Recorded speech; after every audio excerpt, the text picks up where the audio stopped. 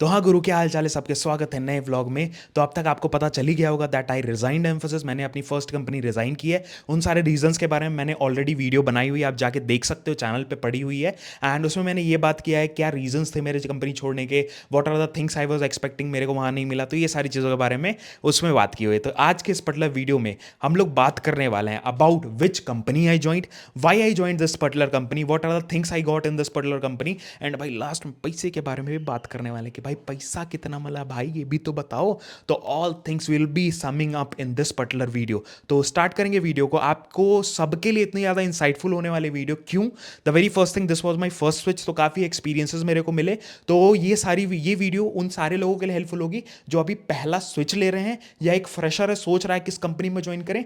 तो वो सारे रीजंस के बारे में आप मैप कर सकोगे इजीली। तो स्टार्ट करेंगे वीडियो को। लाइक कमेंट भाई कर देना, मजा ही आ जाएगा। तो स्टार्ट करते हैं, चलो।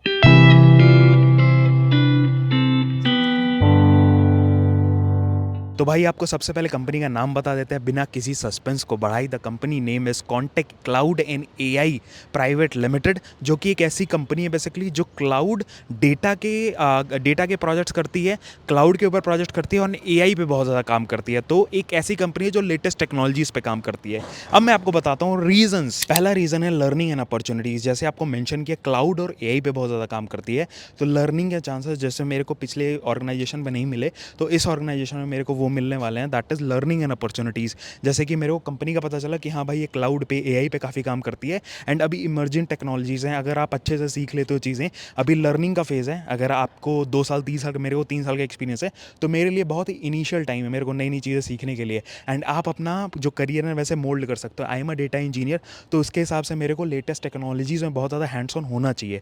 तो वो हैंड्स ऑन मेरे को यहाँ पे मिलेगा बिकॉज मैंने बहुत लोगों से कनेक्ट किया था फ्रॉम द सेम ऑर्गेनाइजेशन जो पहले से काम कर रहे हैं प्रोजेक्ट्स में, लाइक 1 साल 2 साल से काम कर रहे हैं। उनको पता होगा कि हाँ क्या चीज़ है। और सीईओ से भी मेरा जो जब इंटरव्यू हो रहा था, सीईओ से भी कनेक्ट हुआ था, उसमें मेरे को पता चला था कि हाँ भाई क्या क्या टेक्नोलॉजीज़ पे वो लोग काम कर रहे हैं। तो मेरे को लगा ऐसा कि मेरे को लर्निंग अपॉर्चुनिटीज़ यहाँ पे बहुत ज़्यादा मिल रही हैं। तो डेफिनेटली ये पहला रीज़न था ज्वाइन करने का। सेकंड रीज़न है इंडिविजुअल कॉन्ट्रीब्यूटर। अब भाई मैं एक ऐसी कंपनी में काम कर रहा हूँ जो कि एक मिड साइज कंपनी है, एक स्टार्टअप नहीं, एक मिड साइज कंपनी है बेसिकली, जहाँ पे कम लोग हैं एज़ कम्पेयर टू एम्फोसिस जहाँ पे मैं काम कर रहा था। वहाँ पे कुछ 20 लोग एक एक टीम में थे, 20 लोग से ऊपर ही थे।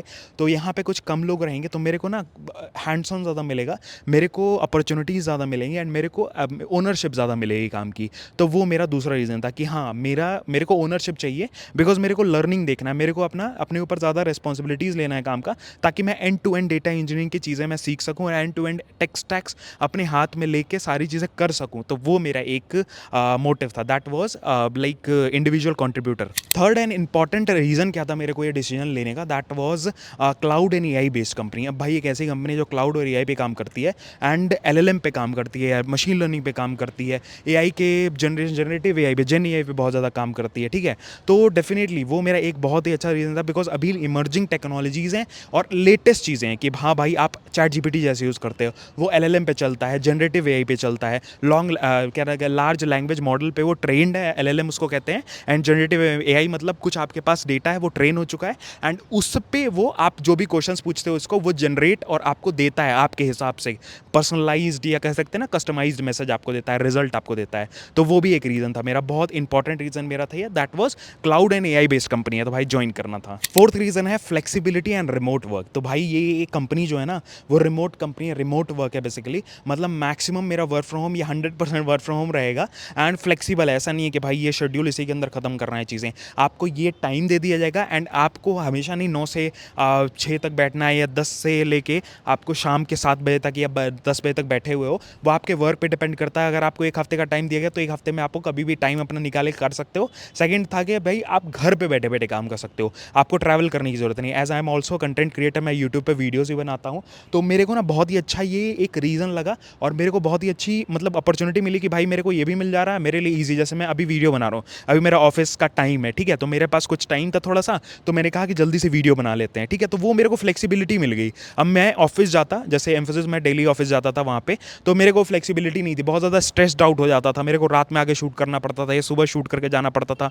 ये सारे रीजंस थे, ठीक है, ये सारे प्रॉब्लम्स आ रहे थे। तो वो नहीं है, यहाँ पे रिमोट वर्क है भैया। फिफ्थ रीज़न मेरा था कि impactful LLM and data engineering projects. अब भाई जब मैं मेरा इंटरव्यू प्रोसेस चल रहा था, 4 राउंड्स इसके हुए थे, जिसमें मेरा CEO से भी राउंड हुआ था और सारे डेटा इंजीनियर्स, उसके बाद फिर क्लाउड आर्किटेक्ट, सबसे मैंने क्वेश्चंस पूछे थे, दैट इज़ किस टाइप के प्रोजेक्ट्स है, क्या मेरे को काम करने को मिलेगा, ठीक है। तो वहाँ पे मेरे को पता चला कि हाँ भाई बहुत सारे LLM के प्रोजेक्ट्स हैं, जो लार्ज लैंग्वेज मॉडल्स के प्रोजेक्ट हैं और डेटा इंजीनियरिंग के प्रोजेक्ट्स हैं। तो मेरे को मैक्सिमम चीज़ें जो है ना वो इसी पे काम करना होगा। तो और क्लाउड बेस्ड कंपनी है और सेम डेटा के प्रोजेक्ट्स है, तो आपको इसी का एक्सपीरियंस, मेरे को पहले का एक्सपीरियंस जो है वो डेटा माइग्रेशन का है, जो मैंने एम्फोसिस में काम किया डेटा माइग्रेशन का, वो भी डेटा इंजीनियरिंग कह सकते हो, बट उसमें आपको माइग्रेट बस करते हो इंफ्रास्ट्रक्चर। इसमें क्या है भैया, आप शुरू से सारी चीज़ें बना रहे हो या माइग्रेशन कर रहे हो या आप क्या कर रहे हो, आप कोई मॉडल्स बना रहे हो जो प्रेडिक्ट कर सके चीज़ें। तो उस हिसाब से मैंने ये डिसीजन लिया। मैंने लिंक्डइन पे भी लोगों से कनेक्ट किया था जो काम कर रहे हैं, तो उससे मेरे को ये डिसीजन लेने में हेल्प हुई। सिक्स्थ रीज़न मेरा ये था कि more approachability and less hierarchy decisions. मतलब क्या होता है ना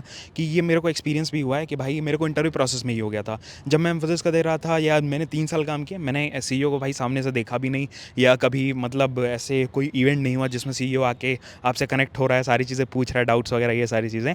बट मेरे को ना, और डिसीजंस भी कोई ले रहे हो आप एम्फोसिस में, बहुत टाइम लेता था, बहुत ज़्यादा टाइम, हफ्ते लग जाना, एक सिंपल सा आपको कोड चेंजेस करना है उसमें, ठीक है। तो ये सारी चीज़ें। अदर देन दिस, जब मैं इंटरव्यू प्रोसेस में जा रहा था कॉन्टैक्ट के, तभी मेरे को ना थर्ड और लास्ट राउंड, मतलब फोर्थ राउंड आई थिंक हुआ था, जिसमें मेरे को ना CEO से कनेक्ट हुआ था और CEO ने मेरे से सारा कुछ पूछा था, मेरे कंसर्न्स पूछे थे, क्या आप एक्सपेक्ट कर रहे हो when you are joining contact, ये सारी चीज़ें मेरे से पूछा था, ठीक है। और मेरे को ये भी बताया था कि भाई किस टाइप के काम वो करते हैं, क्या प्रोजेक्ट उनके पास हैं। तो मेरे को ज़्यादा अप्रोचेबिलिटी लगी। और आप मिड साइज कंपनी में काम कर रहे हो तो हायरार्की का लेवल जो होता है थोड़ा कम हो जाता है, बिकॉज लोग थोड़े कम है एंड आपको डिसीजंस लेना थोड़ा सा रैपिड हो जाता है। तो ये मेरा रीजन था, सिक्स्थ रीजन। अब भाई बहुत लोग कमेंट करके बोलेंगे कि भाई आप ऐसी कंपनी में हो जहाँ काम बहुत ज़्यादा मिलेगा भाई आपको करने को, बहुत ज़्यादा आपको स्ट्रेस करना पड़ेगा, और ये चीज़ मेरे को ना बहुत लोगों ने बोला।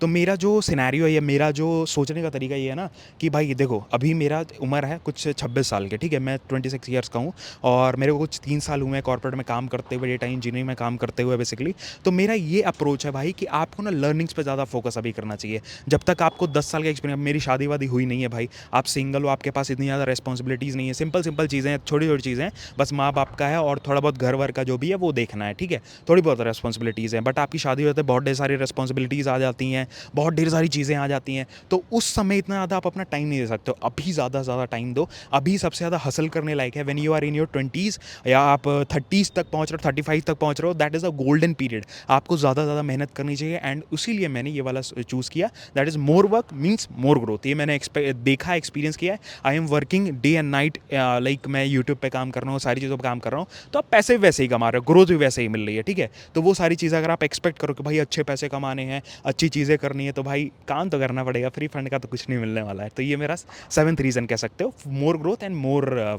Like money. अब भाई 8th रीज़न जो है ना, जो आप लोग बेसब्री से इंतजार कर रहे हो भाई साहब कि भैया आपने अभी तक पैसे का नहीं बताया यार, तो ये मेरा लास्ट रीज़न है, that is the salary that I got. Salary मेरे को जो मिली, आई गॉट, मैं ये रिवील कर रहा हूँ, that is I got 200% of hike, 200% का हाइक भाई साहब। मैं I was expecting 100% of hike, but मेरा जब इंटरव्यू प्रोसेस हुआ ना, सारी चीज़ें हुई, धीरे धीरे मैंने सारी चीज़ें करवाई अपनी, तो मेरे को भाई 200, मतलब HR offered me a salary hike of 200% basically, मतलब अबाउट 200% मैं कह सकता हूँ। मैं एग्जैक्ट फिगर तो नहीं बता सकता हूँ, बिकॉज लाइक हो सकता है कुछ कंपनी के इश्यूज हो जाए या प्रॉब्लम्स हो जाए, तो क्यों लेना है, I have never disclose my salary, ठीक है। तो जिनको पता है भाई वो लोग अपना कैलकुलेट कर लेना, ठीक है, उनको पता होगा, जिनको पता होगा, बिकॉज एट लास्ट पैसे बहुत ज़्यादा मैटर करते हैं भाई। आप सारा काम करो, सारी मेहनत कर रहे हो, आप इसीलिए कर रहे हो कि आपको एंड रिजल्ट क्या मिल रहा है, पैसे कितने मिल रहे हैं, ये बहुत ज़्यादा मैटर करता है। तो ये मेरे लिए भी लाइक इंपॉर्टेंट था कि भाई मेरे को पैसे कितने मिले, कितना हाइक मेरे को मिला, एंड उस रीज़न के बेसिस पे भी मैंने